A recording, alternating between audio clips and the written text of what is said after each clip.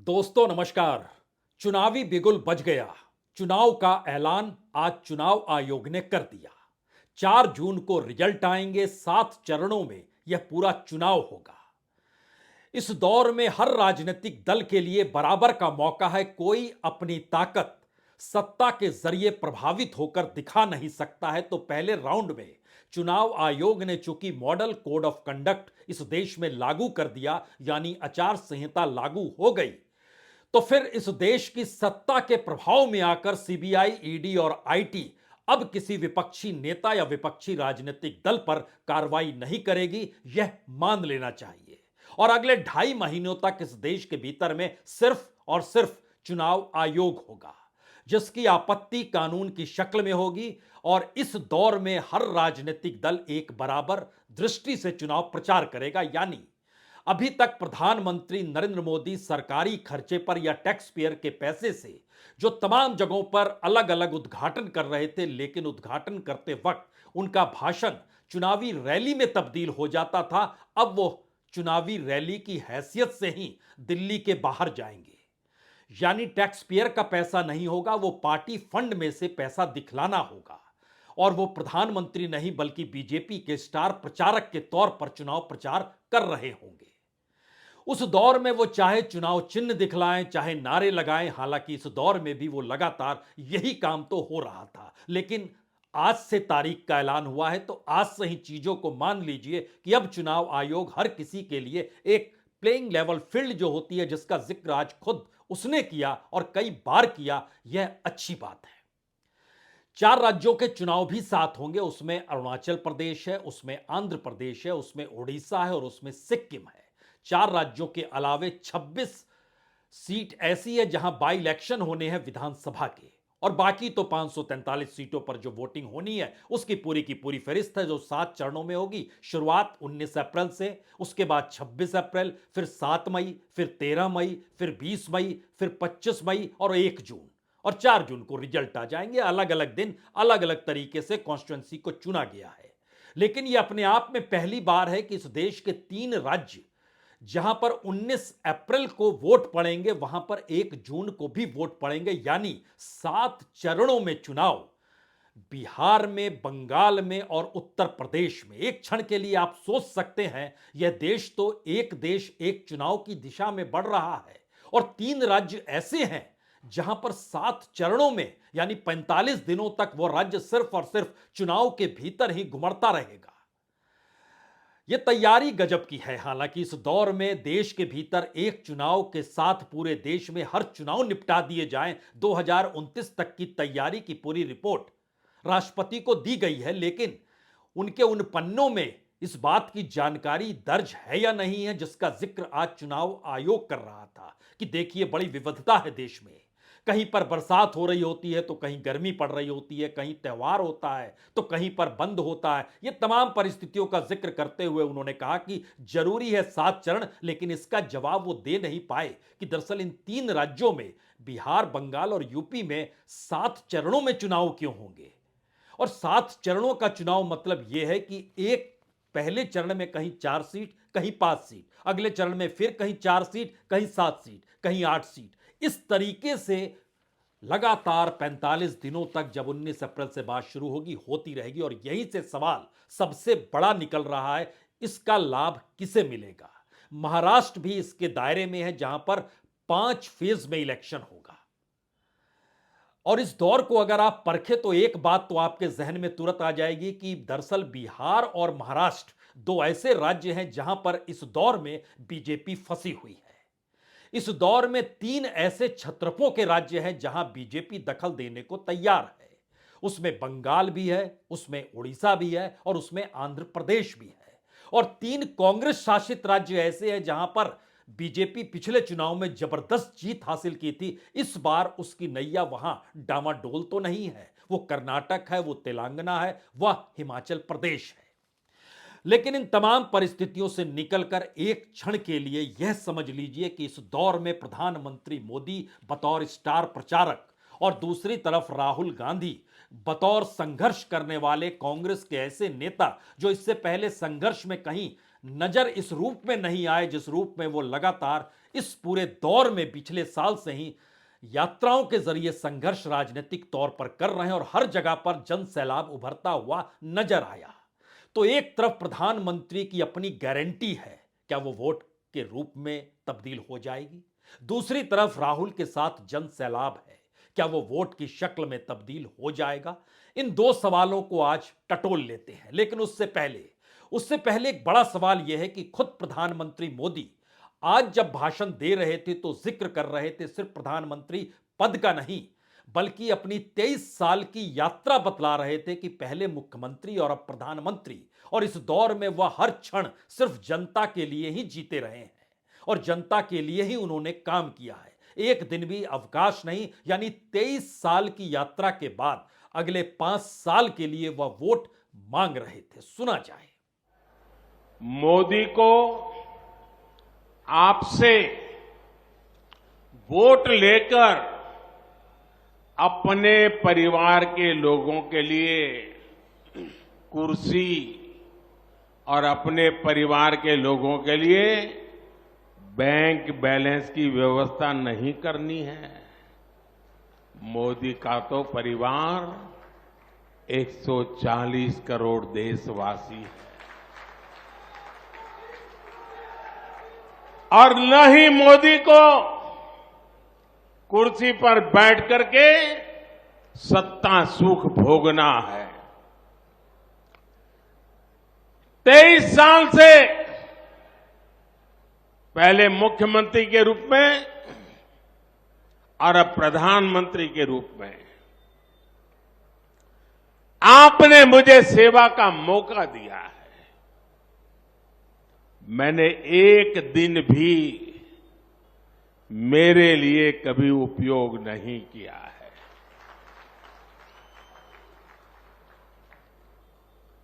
अगर मैंने कुछ किया है,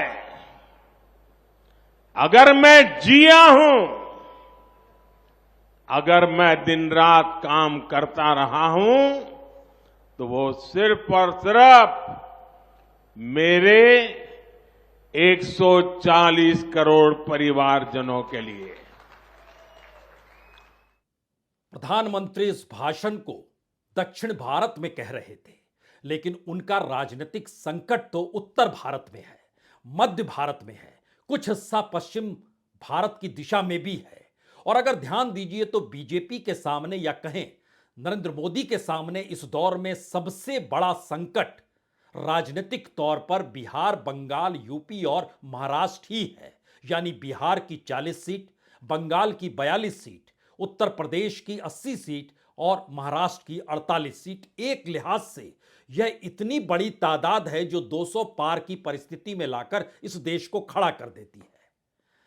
तो क्या यह माना जाए कि यह 200 से ज्यादा सीटें ही बीजेपी के भविष्य को तय करने वाली है, और इसीलिए इन 4 राज्यों के भीतर बड़े ही सहम कर चुनाव आयोग ने जिस तरीके से अलग अलग फेजेस को निर्धारित किया है, वो बहुत कुछ ध्यान में रखा है। तो क्या प्लेइंग लेवल फील्ड शुरू में ही डगमगा गया? क्योंकि बिहार में पहले फेज में 4 सीट, दूसरे फेज में 5 सीट, तीसरे में 5 सीट, चौथे में 5 सीट, पांचवें में 5 सीट, छठे में 8 सीट, सातवें में 8 सीट। इसी तरीके से बंगाल में भी सिर्फ पहले फेज में 3 सीट, दूसरे फेज में फिर 3 सीट, तीसरे फेज में 4 सीट, चौथे फेज में 8 सीट, पांचवें फेज में 7 सीट, छठे फेज में 8 सीट, सातवें फेज में 9 सीट। और यूपी में भी उस लिहाज से 7 फेज में बटा है। 8 सीट पहले फेज में, फिर 8 सीट दूसरे फेज में, फिर 10 सीट तीसरे फेज में, फिर 13 सीट चौथे फेज में, फिर 14 सीट पांचवें फेज में, फिर 14 सीट छठे फेज में, फिर 13 सीट आखिरी फेज में। और महाराष्ट्र भी इसी दायरे में है, वो 5 फेज में है, लेकिन विदर्भ से शुरू होता है 5 फेज शुरू में, फिर 8 सीट दूसरे फेज में, फिर 11 सीट तीसरे फेज में, फिर 11 सीट चौथे फेज में, फिर 13 सीट 15 फेज में। यह मैसेज है क्या सक्षम इस दौर में नहीं हो पा रहे हैं कि एक राज्य में तमाम चुनाव को निपटाया जा सके? जबकि ऐसा नहीं है कि सीटों के आधार पर चीजें तय हुई हो। जाहिर है इसके पीछे की राजनीति में हम घुसे उससे पहले यह जान लीजिए कि आंध्र प्रदेश, गुजरात, हरियाणा, हिमाचल प्रदेश, केरल, तमिलनाडु, तेलंगाना, दिल्ली, पंजाब सब एक ही फेज में इलेक्शन है। अलग अलग दिन है लेकिन एक ही फेज में इन जगहों पर इलेक्शन है। तो तमिलनाडु की सीट तो बिहार से ज्यादा है, बंगाल से ज्यादा है, महाराष्ट्र के लगभग उसकी परिस्थिति आती है जब आप दक्षिण भारत के कुछ और हिस्सों को जोड़ते हैं। यही स्थिति अगर देखिएगा तो गुजरात में भी 26 सीट है, तमिलनाडु में 39 सीट है, आंध्र प्रदेश की 25 सीट है, एक साथ कर रहे हैं। ये मैसेज बड़ा घालमेल वाला आपको लग सकता है, लेकिन आइए इसके भीतर घुसे चलते हैं, क्योंकि इस दौर में कितनी बड़ी जीत बीजेपी हासिल कर सकती है वो मामला फंसा हुआ है बिहार में, जहां डगमगाते हुए गठबंधन के भीतर जनता ने देख लिया कि जो नीतीश कुमार कल इधर थे अब उधर हैं, जब उधर थे तो फिर इधर हैं, और फिर इधर हैं तो फिर उधर हैं। तो और उन्हीं के भरोसे बीजेपी ने पूरी बिसात अपनी बिहार में बिछाई और पिछले चुनाव में सारी सीट वो जीत कर ले गए। सिर्फ एक सीट कांग्रेस को मिली थी और 40 में से 39 सीटें जीत ली। तो क्या इस बार भी यह कमाल हो पाएगा? बड़ा असंभव सा खेल है ये। और यह खेल अगर आप महाराष्ट्र में भी इसी तर्ज पर ले जाइए तो महाराष्ट्र की 48 सीटों में से भी बीजेपी और शिवसेना 41 सीटों को जीत जाती है, कांग्रेस एक ही सीट जीतती है, एनसीपी 4 ही सीट जीतती है। यानी बिहार और महाराष्ट्र की कुल 88 सीटों में से बीजेपी 40 सीट जीतती है, 40 सीट उनके सहयोगी जीतते हैं, यानी 80 सीट यही हो गई। और दूसरी तरफ जो इंडिया है उसमें कांग्रेस के पास 2 सीट आती है, एनसीपी 6 सीट। यह स्थिति है। तो क्या यह स्थिति बरकरार रख सकते हैं? बहुत ही नामुमकिन सी परिस्थिति इस दौर में बिहार और महाराष्ट्र के भीतर, चाहे शिवसेना टूट गई हो चाहे एनसीपी टूट गई हो, इन परिस्थितियों में खुले तौर पर नजर आ रही है। और आज इस बात का जिक्र राहुल गांधी जब खुले तौर पर यह कहकर करने लगे कि दरअसल आपको कोविड याद होगा, उस दौर की मौतें याद होंगी, उस दौर में जो आपको सुई लगाई जा रही थी वह याद होगा, वह जो कंपनी बना रही थी वो याद होगा, उसने कितना पैसा सरकार को दिया आपको यह भी याद कर लें, और उसी के एवज में जो पॉलिटिकल फंडिंग हो गई उसी के जरिए विधायकों को खरीदकर पार्टी को तोड़ दिया गया। सुना जाए। हिंदुस्तान में 50 लाख लोग कोविड के कारण मरे, आपको पता तक नहीं लगा। आपका भाई मर गया, माता पिता मर गए, आज सब हिंदुस्तान की जनता को नहीं मालूम कोविड में कितने लोग मरे। मैं बताता हूं, 50 लाख कम से कम कोविड में मरे हैं। और जब कोविड हिंदुस्तान में लाशों की ढेर बना रहा था तो वैक्सीन वाली कंपनी नहीं, वैक्सीन वाली कंपनी नरेंद्र मोदी को पैसा दे रहा था। एक तरफ आपकी लाशें, दूसरी तरफ वैक्सीन वाली कंपनी, क्या नाम था उसका? Serum institute. सीरम इंस्टीट्यूट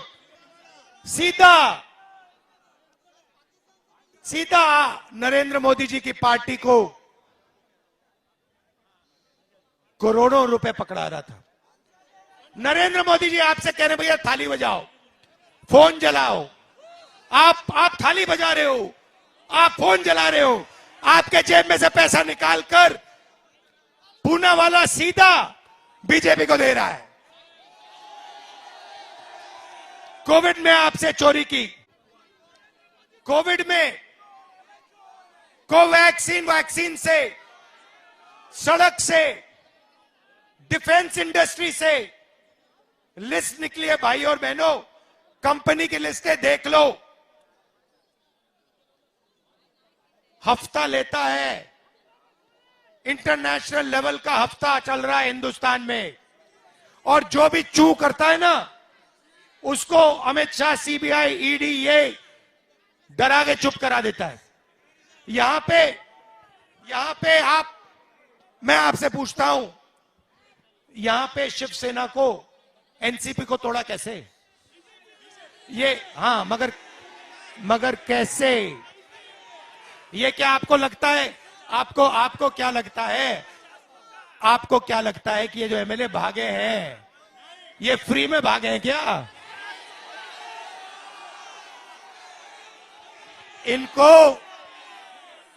इनको सबको नरेंद्र मोदी जी की सरकार ने फिट किया है। इलेक्टोरल बॉन्ड में हफ्ता लेते हैं और फिर महाराष्ट्र की सरकार तोड़ते हैं, गोवा की सरकार तोड़ते हैं, मणिपुर की सरकार तोड़ते हैं, अरुणाचल की तोड़ते हैं। ऐसा जहां भी इनको सरकार तोड़नी होती है। मसला सिर्फ बिहार और महाराष्ट्र भर का नहीं है। इस दौर के भीतर में लगातार जो बेरोजगारी का दर्द युवाओं के साथ खड़ा है और उनके मुद्दों को जिस तरीके से इस यात्रा के दौर में राहुल गांधी ने युवाओं को समझाने की कोशिश की, अगर उस दायरे में इस देश के वोटरों को देखिए तो जो चुनाव आयोग ने जानकारी दी उसके मुताबिक 1,82,00,000 बिल्कुल पहले बार वोट डालने वाले वोटर हैं। ये वही वोटर हैं जिनसे पिछले चुनाव में पुलवामा को लेकर प्रधानमंत्री ने कहा था कि सेना की खातिर वह उन्हें वोट दे दे। यानी पहली बार उस वक्त भी तकरीबन 1,70,00,000 नए वोटर बने थे। इस बार वह 1,82,00,000 नए वोटर हैं। और बेरोजगारी के दर्द के आलम में अगर आप 20 से 29 बरस के युवाओं को परखें तो उनकी तादाद तकरीबन 20 करोड़ है, 19,74,00,000। इन दोनों को मिला दीजिएगा तो ये 21.5 करोड़ वोटर, और इसमें भी जब आप 35 बरस तक के युवाओं को दायरे में ले आइएगा तो यह संख्या जो है एक झटके में 30 करोड़ तक पहुंच जाती है। इतनी बड़ी तादाद में युवा क्या सोच कर निकलेगा इस बार वोट डालने के लिए, उस पर हर किसी की नजर होगी। और यह नजर इस दौर में तीसरी बड़ी इकोनॉमी या विकसित होते राष्ट्र के आश्रय टिकेगी या फिर राज्यों की राजनीति के आश्रय और नेता और छत्रपों के आश्रय सब चीज साधे जाएंगे। क्योंकि अगर आप जरा सा आगे बढ़ते हैं तो इस दौर में बीजेपी लगातार छत्रपों के साथ खड़े होने या उसमें भी सेंध लगाने का प्रयास लगातार कर रही है। और इस दायरे में 3 राज्य आते हैं, बंगाल, उड़ीसा और आंध्र प्रदेश। आंध्र प्रदेश के भीतर चंद्रबाबू नायडू के साथ जो संबंध हुए और उसके साथ ही जनसेना पार्टी के साथ जो समझौता हुआ, तो टीडीपी और जनसेना के साथ बीजेपी मिल गई है। पिछले चुनाव को याद कीजिएगा तो टीडीपी सिर्फ 3 सीट जीत पाई थी, वाईएसआर 22 सीट जीत गए थे, वाईएसआर कांग्रेस जो थी।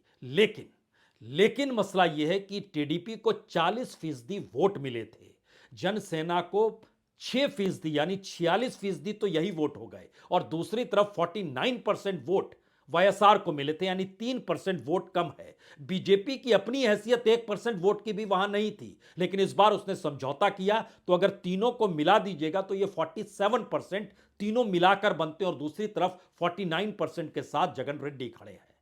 वहां पर सेंध लगाने की कोशिश है।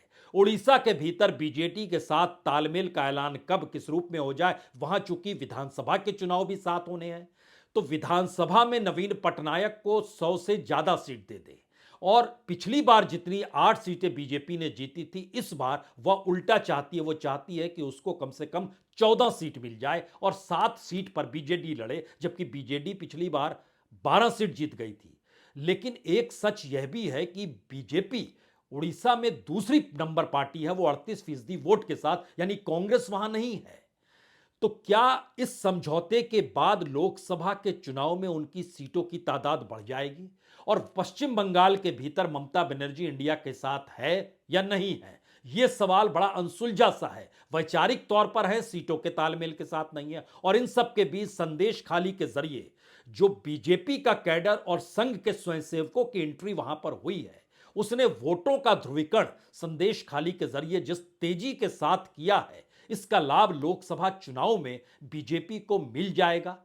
यानी ये 3 राज्य ऐसे हैं, अगर छत्रपों के मार्फत सेंध लगाना या समझौता करना, इन 88 सीटों में से बीजेपी पिछली बार 26 सीट जीत पाई थी। कांग्रेस तो कहीं नहीं थी, सिर्फ 3 सीट जीत पाई थी, बाकी छत्रपों के पास थे। लेकिन बीजेपी को लगता है कि यह 26 सीट से बढ़कर वो 36 सीट तक पहुंच सकती है। तो क्या राजनीतिक तौर पर छत्रपों में सेंध लगाकर या फिर छोटी पॉलिटिकल पार्टी जो राष्ट्रीय पार्टी नहीं है वहां पर बीजेपी विस्तार कर रही है? बिहार और महाराष्ट्र में उसको नुकसान हो रहा है, और इसके ठीक समानांतर बड़े नुकसान की स्थिति में कर्नाटक, तेलंगाना और हिमाचल प्रदेश है, जहां की कुल मिला के 49 सीटें हैं। इन 49 सीटों में बीजेपी 33 सीट जीती थी। यानी कल्पना कीजिए कि इन तीनों राज्यों में आज की तारीख में कांग्रेस की सरकार है, लेकिन कांग्रेस के पास 49 में से सिर्फ 4 लोकसभा की सीटें ही थीं। तो क्या यहां पर भी खेल बड़ा होगा, जो कि बीजेपी समझ गई है कि दरअसल इसीलिए उसे आंध्र प्रदेश में घुसना पड़ गया। वो जानती है कि कर्नाटक में 28 में से 25 सीटें पिछली बार वो जीत गई थी। तेलंगाना में भी 9 सीट टीआरएस के पास थी, लेकिन बीजेपी ने भी 4 सीट जीती थी, जो कांग्रेस से 1 सीट ज्यादा थी। हिमाचल प्रदेश की तो चारों सीट जीत गई थी। तो क्या यहां पर कांग्रेस एक झटके में टीआरएस जो बीआरएस में तब्दील हो गई, उसकी तमाम सीटों पर अब उसने अपनी जीत हासिल कर ली है? कर्नाटक के भीतर बीजेपी और कांग्रेस आमने सामने है, क्योंकि जेडीएस के साथ बीजेपी ने समझौता कर लिया। और अगर आप देखें वोट परसेंटेज कर्नाटक के भीतर, तो बीजेपी अपने बूते 50% से ज्यादा थी।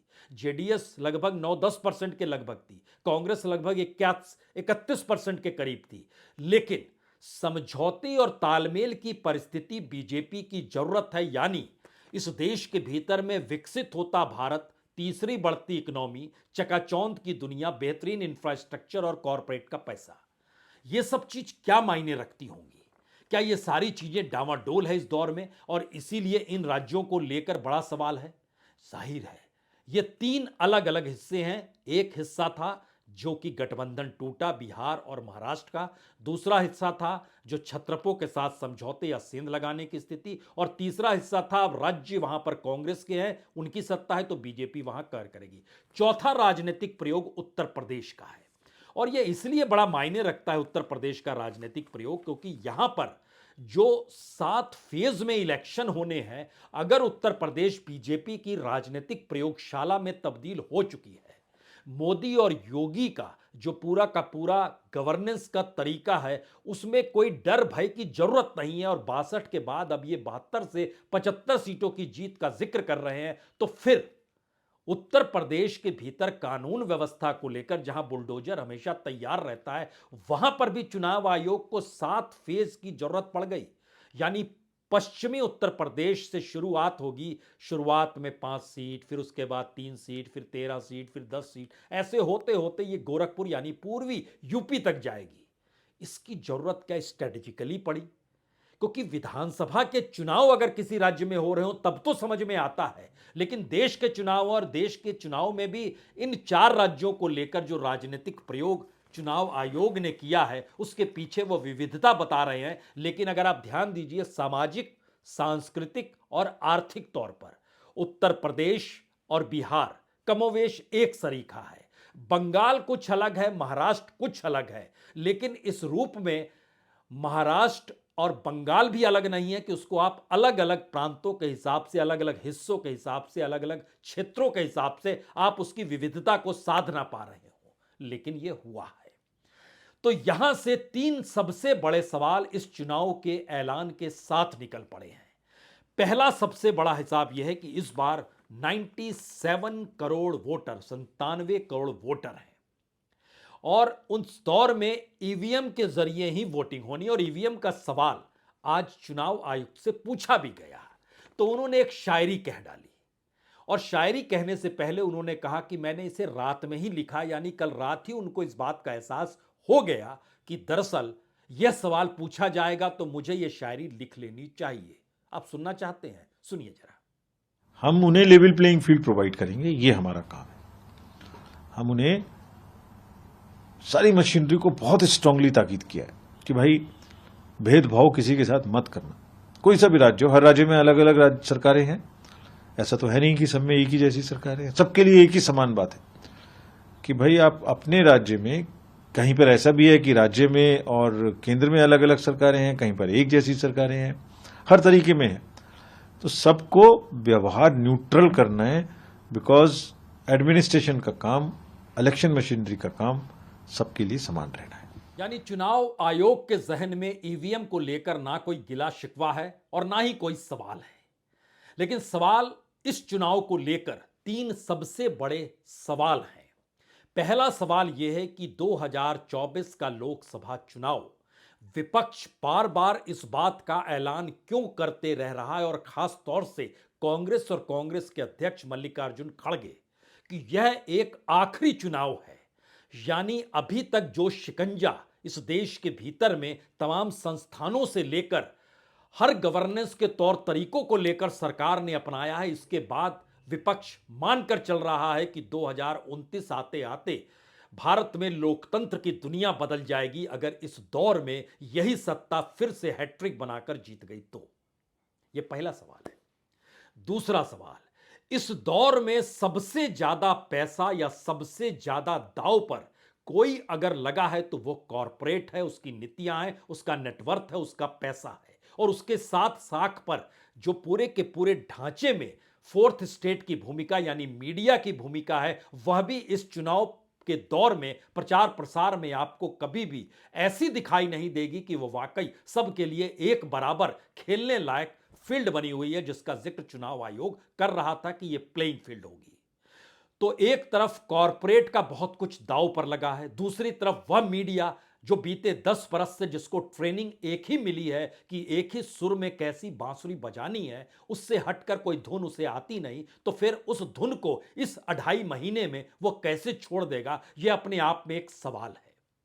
और तीसरा सवाल इस देश की जनता से जुड़ा है, उसके भीतर के जो मुद्दे हैं वो मुद्दे क्या अभी तक सत्ता की ताकत या उसकी हनक के आगे खामोश थे, या वो मुद्दे कोई मायने रखते ही नहीं थे जिसका जिक्र विपक्ष कर रहा है, क्या उसका भी इस दौर में परीक्षण होना है?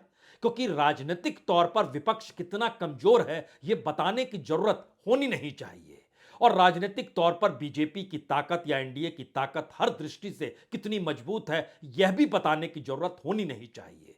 बड़ा जिक्र यह है कि इस दौर में और चुनाव के वक्त में जनता की ताकत कितनी बड़ी होती है। वोटर अगर एकजुट हो, उसके भीतर के इमोशन अगर एक पतली कतार में जुड़ते चले जाएं और उसके सरोकार इस देश की राजनीति को प्रभावित करने की दिशा में बढ़ते हुए दिखाई देने लगे, तो फिर वोटर से बड़ी ताकत किसी के पास होती नहीं है। और वह चाहे अलग अलग फेज में एक ही राज्यों को बांट दिया जाए या फिर राज्य दर राज्य राजनीतिक परिस्थितियों को अलग अलग तरीके से भाषणों के जरिए या अलग अलग ऐलानों के जरिए इस दौर में परोसा जाए, जनता इस बात को से प्रभावित होती नहीं है। क्या यह स्थिति जनता के साथ या वोटरों के साथ इस बार जुड़ जाएगी? यही 3 ऐसे सवाल हैं जिन सवालों का जवाब इस 2024 के चुनाव परिणाम यानी 4 जून को जब परिणाम आएंगे तब पता चलेगा कि इस ताकत के साथ इस दौर में नरेंद्र मोदी खड़े थे और दूसरी तरफ राहुल गांधी खड़े थे, इनसे कहां चूक हो गई या कहां पर यह भेद पाए जो ये सोचते थे। और सियासी तौर पर एक आखिरी सवाल, 2024 का चुनाव जिस पर समूची दुनिया की नजर है, पहली बार ऐसा चुनाव है जिसमें इस देश से जुड़े हुए बीते 10 बरस के वो तमाम मुद्दे जो 2014 में उठे, 2019 में उठे, 2024 में उसे गायब करने की कोशिश पुरजोर तरीके से है। और इस दौर में कॉरपोरेट चाहे अनचाहे, उसका पैसा चाहे अनचाहे, इस देश के भीतर में नैतिकता का बोध चाहे अनचाहे, कोई मायने रखे ना रखे, लेकिन चुनाव इन्हीं आधार पे हो रहा है। बहुत बहुत शुक्रिया, बहुत बहुत शुक्रिया।